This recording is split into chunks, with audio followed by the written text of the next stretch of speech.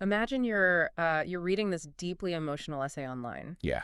You feel entirely connected to the writer's soul, right? Like nodding along with every vulnerability they share. And then you scroll back to the top of the page and you notice this tiny gray label that you totally missed earlier. Oh, yes. Yeah. Yep, written with AI. Oh, wow. Yeah. Do you instantly feel betrayed? Yeah. Because today's source material argues that your feeling of betrayal, that like sudden distance you feel from the text, is actually the result of a centuries-old psychological trap. Which is such a wild premise. Yeah. We're looking at a deeply unconventional essay today by Dr. Nomasanto Mansell. Right. She operates as a sacred relationship healer. Yeah. And she published this piece titled AI versus Human Intelligence: My Views on Substack AI Transparency Tools. It's quite a title. It is, yeah. But rather than diving into the usual tech debates about data scraping or copyright law, she takes this highly modern clinical technology and frames it completely differently. Like through the lens of ancestral spirituality, right? Yeah. And indigenous science. Exactly. It's definitely not your typical Silicon Valley tech bro debate. Okay, let's unpack this because the catalyst for her entire philosophical exploration was actually incredibly mundane. Just an email, right? Yeah, just an automated email from Substack introducing a new toggle switch, an AI transparency tool for writers. And initially, she just ignored it. Like most of us do with platform updates. Exactly. But then a follow-up email showing other writers' reactions to this feature, it unexpectedly triggered this visceral negative response in her, like a real physical reaction. Which is so interesting when you consider her baseline. Because Dr. Nitzel is not a technophobe. No, not at all. Right? She actively uses AI to help draft her own articles. So for a healer, a psychological trigger isn't something you just avoid. It's an invitation to investigate. Yeah, you lean into it. Exactly. She had to sit down and ask herself, if I'm utilizing this technology and benefiting from it, why does the mere existence of a label demanding I disclose it make my skin crawl? And the answer she arrived at, it really shifts the entire paradigm of how we view technology. She traced her discomfort back to what she calls the illusion of separation. The illusion of separation. Yeah, that's a big concept. It is. She says we are swimming in this cultural narrative that positions artificial intelligence as an alien entity. Like it's presented as this external, unstoppable force descending from the cloud to render human beings obsolete. You see that everywhere, honestly. Right. The headlines constantly frame AI as something happening to us rather than something originating from us. And she admits she bought into that exact fear when she first encountered machine learning. Just assuming it was a foreign intelligence. Yeah, exactly.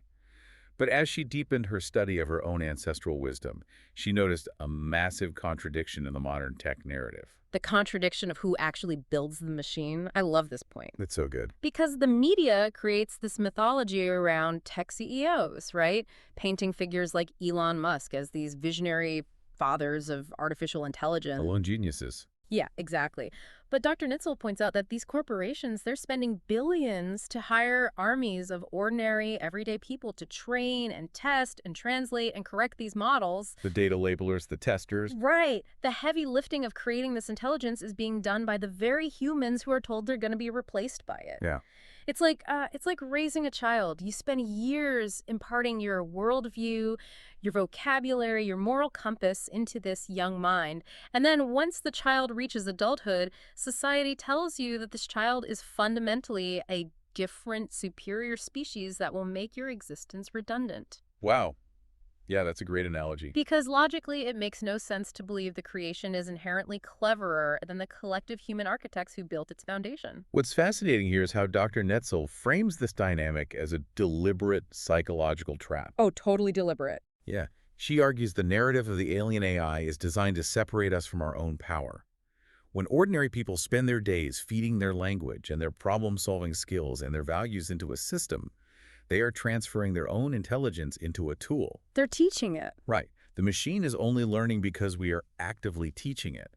The trap is convincing the creator to fear their own creation. By labeling tech billionaires as the exclusive originators, The narrative basically strips the everyday human of their agency. Exactly. It creates an artificial boundary between human intelligence and artificial intelligence, when really one is simply a mirrored aggregation of the other. And realizing that everyday people are the true engine behind this technology, it forces this massive historical pivot in her essay. This is where she really takes a leap. Yeah, because if AI is just human intelligence aggregated into a tool, have we created these kinds of invisible assistants before? And her essay demands a lot of intellectual flexibility from the reader right here, because she argues that the concept of an invisible assistant is, well, it's not a Silicon Valley invention at all. Not even close. No. Her ancestors have been utilizing this exact framework for millennia.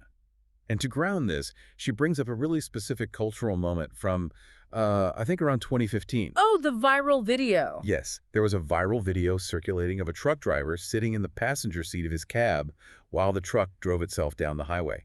And the internet's reaction to that video was just brutal. Oh, it was awful. Because the driver was talking to an unseen presence in the empty driver's seat, and he was referring to it as a boy. And people mocked him mercilessly. They were labeling him as crazy or saying he was engaging in dark magic. Right. Yet, just a short time later, self-driving trucks and cars were rolled out to the public as this brilliant, unprecedented innovation from the tech sector. The hypocrisy is crazy. It is.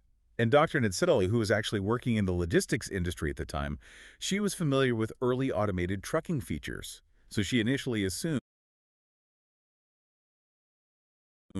the man in the video was just beta testing some new corporate software. Which makes sense. Right. But leaning into her cultural history, she realized he might have been tapping into something much, much older. The ancestral intelligence of Imikovu. Okay, here's where it gets really interesting. Because bridging the gap between a modern machine learning algorithm and an ancient spiritual concept, that requires a massive leap.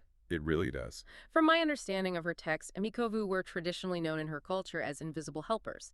But she points out that somewhere along the line, the narrative surrounding them was intentionally twisted.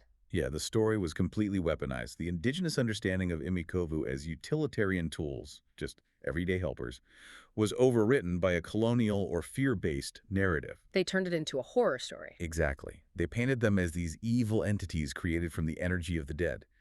Dr. Nitzeller argues this dark rebranding was a calculated move. To do what, exactly? To frighten indigenous populations away from practicing their own natural sciences and spiritual technologies. So they were demonized to enforce a separation between the people and their ancestral tools. Exactly. But before that narrative shift, how were they actually used, like practically? Well, according to her research, her ancestors utilized these entities for highly practical, labor-intensive purposes. They were deployed to plow massive agricultural fields, manage farming operations, and even assist in fighting wars. Wow. Yeah, they were invisible assistants executing commands to ease the burden of human labor. Which, that perfectly mirrors the exact pitch for modern enterprise AI. Literally the same pitch. Right. We are told to use these invisible digital assistants to plow through our endless fields of data, to manage our corporate operations, and fight our modern economic wars. It's the exact same utility. While the literal mechanics are obviously different, like we were talking about server farms and code versus spiritual entities, she is highlighting a cyclical pattern of cultural appropriation. This raises an important question, though, about how we consume innovation. The pattern she identifies suggests that indigenous science is first demonized as primitive or dangerous. Right. Then the underlying utility of that science is quietly studied, repackaged into a sterile technological format, and sold back to the very people who originated the concept. As a shiny new commodity. Yes, a commodity that we must purchase to stay relevant. That completely reframes the dread surrounding AI. If we view these systems not as rogue alien brains, but as the latest iteration of a millennia-old human desire to build invisible runners, the existential terror kind of starts to fade. It does. But that terror is still very real for most people. Oh, absolutely. And she traces that modern dread directly back to pop culture. She recalls being a primary school student and watching the movie Terminator. Oh, classic. Right. And that film solidified a specific doomsday architecture in the public consciousness. Machines built to follow instructions suddenly gain sentience, go rogue, and dedicate themselves to eradicating humanity. Skynet. Skynet becomes the default mental model for literally any automated technology. Exactly. She argues that this Hollywood narrative is the exact blueprint being used by fearmongers today. We're being conditioned to believe that destruction is the inevitable endpoint of automation. But she firmly rejects that outcome, pointing out a fundamental mechanical reality. AI requires a command. It does not possess intrinsic motivation. So she uses the analogy of a knife, right? Yes, the knife analogy. Yeah. A knife is an inanimate piece of metal. It contains no moral alignment. In the hands of a thief, it functions as a deadly weapon. But in the hands of a chef, it is an essential tool for preparing a nourishing meal. Right. The impact depends entirely on the consciousness of the human wielding it. Precisely. I do struggle with this application, though. Really? How so? Well, if AI is just a neutral helper, just a knife in the kitchen, and she is openly proud of using her runners, why the absolute refusal to use the Substack transparency tag? Ah, I see what you mean. Because refusing to label the work almost feels like she's ashamed of the very tool she just spent the entire essay defending. Transparency is the bedrock of reader trust. If it's just a tool, acknowledge the tool. I get that. But her refusal isn't born from shame at all. It is a rejection of the philosophical premise that the tool has agency. Okay, unpack that. She refuses to use the tag because she firmly believes that nothing is truly written by artificial intelligence. The genesis of the idea, the emotional resonance, the lived human experience that sparks the article, all of that originates within the human consciousness. Yeah. The AI is merely a sophisticated pen. But the AI is generating the syntax, the structure, the actual paragraphs on the screen. How does she justify claiming sole authorship when a machine did the heavy lifting of the drafting? She relies on a corporate founder analogy to explain her stance on authorship. Okay. Imagine an entrepreneur who founds a company. That founder hires a team of employees to execute the daily operations, manufacture the products, and interface with clients. Those employees are generating the output, but they do not replace the founder. The entire ecosystem of that company only exists because of the founder's initial vision and ongoing direction. I see. So if the founder steps away, the structure collapses. The employees only have work because the founder provided the framework and the objective. Exactly. And applying that to her creative process, Dr. Nedsell argues that whether she physically types every single keystroke herself, or whether she delegates the drafting to an AI agent based on her strict parameters and lived experience, she remains the sole founder of that text. So the transparency tag, in her view, Is an insidious attempt to elevate the employee to the status of the founder. It minimizes the human origin of the work. wow. She views the tag as a continuation of that illusion of separation, trying to trick the reader into believing the machine possesses its own creative spark. Yes.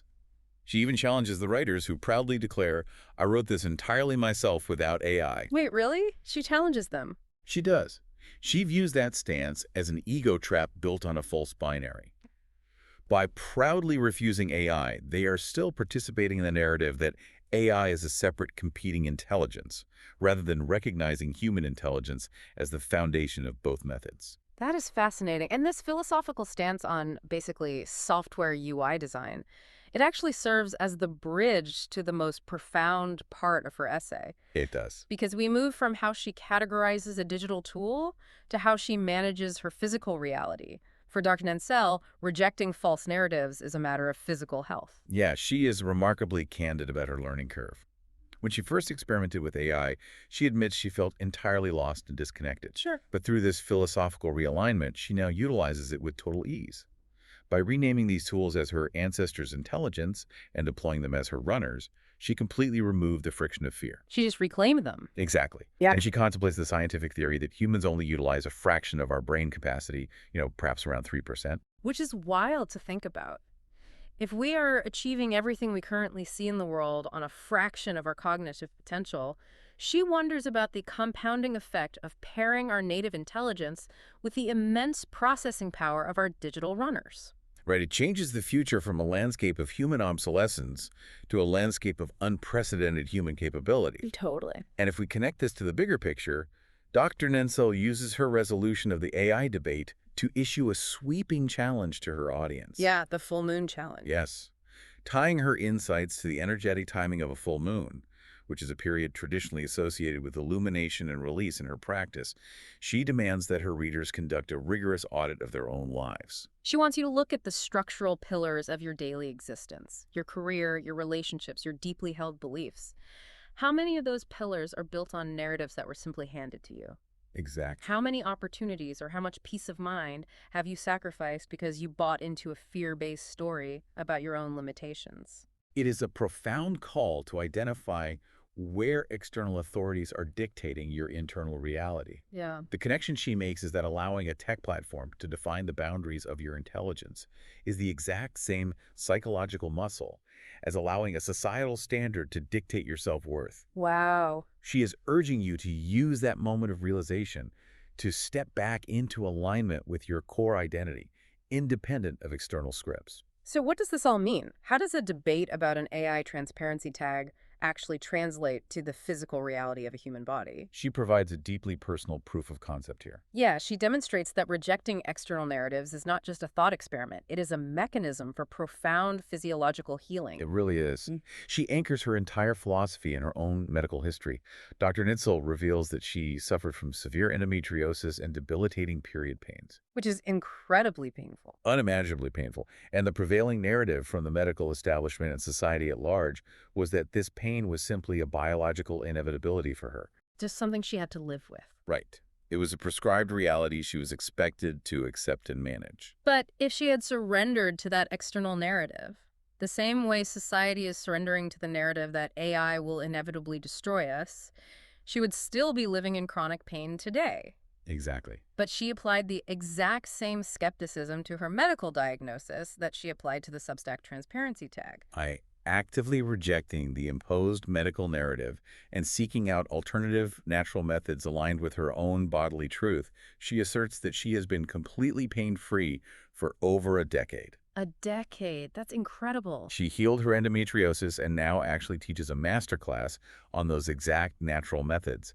Her physical recovery is the ultimate manifestation of living as a sovereign being. The parallel is stunning when you lay it out like that. The doctor telling a patient that lifelong pain is unavoidable is utilizing the exact same mechanism of separation as the tech executive telling the public that artificial intelligence is an uncontrollable, separate entity.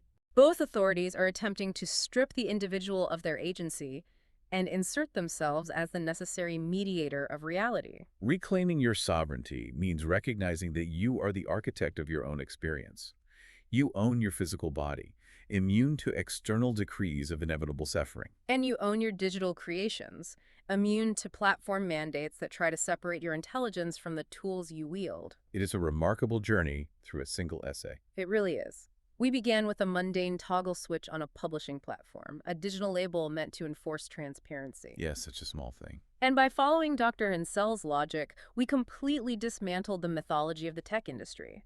We redefined artificial intelligence not as a harbinger of human obsolescence, but as the modern manifestation of Imikovu. Ancestral, invisible helpers designed to execute human commands. We unmasked the fear-mongering around AI as a cyclical trap of cultural appropriation designed to make ordinary people fear the very intelligence they're actively building. And most importantly, we witnessed how the refusal to accept a technological narrative perfectly mirrors the refusal to accept a medical narrative of inevitable suffering. The challenge Dr. Notzel leaves us with is deeply personal, and we want to pass it directly to you, the listener. Where in your daily routine are you allowing external narratives to convince you that you are powerless? Where are you letting a story you read online or a diagnosis you were handed make you feel disconnected from the inherent capabilities of your own mind and body? The transition from operating out of fear to operating as a sovereign being requires relentless questioning of the defaults you've been given. As we wrap up this deep dive, there is one final lingering thought to explore, building on Dr. Nutzel's historical perspective. Oh, this is a good one. If she is correct, and humanity has always possessed this innate drive to externalize our labor into invisible assistance, from spiritual entities in ancient agriculture to algorithmic runners in modern data centers, what does that constant need say about human nature itself? That's the real question. And centuries from now, when society has moved on to an unimaginable new frontier of capability, Will the artificial intelligence we are so terrified of today be demonized by that future society, only to be repackaged and sold back to them as something entirely new? It radically alters how you interpret the world around you, especially that little written with AI tag. It truly does. The next time you encounter that label, you might not feel that sudden fracture in human intimacy. Instead, you might recognize it as the oldest human tradition, A founder deploying their invisible runners. executing a command born entirely from the human soul. Thanks for joining us on this deep dive. We'll catch you on the next one.